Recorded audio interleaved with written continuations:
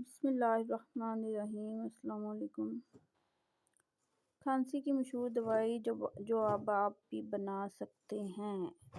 एक साहब खांसी की गोलियां मुफ्त तकसीम करते थे। जब उनके नुस्खे का पता चला तो हैरानगी हुई कि जिस चीज़ को हम इंतहाई हकीर समझते थे वो चीज़ हज़ारों लोगों के लिए ज़रिया शफ़ा बन गई।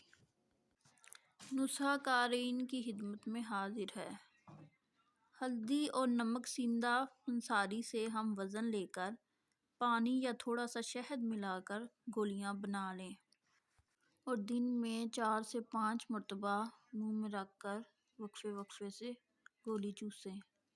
यही नुस्खा दूर दूर तक खांसी की गोलियों के नाम से मशहूर था और लोग मुफ्त में ले जाते थे। शुक्रिया।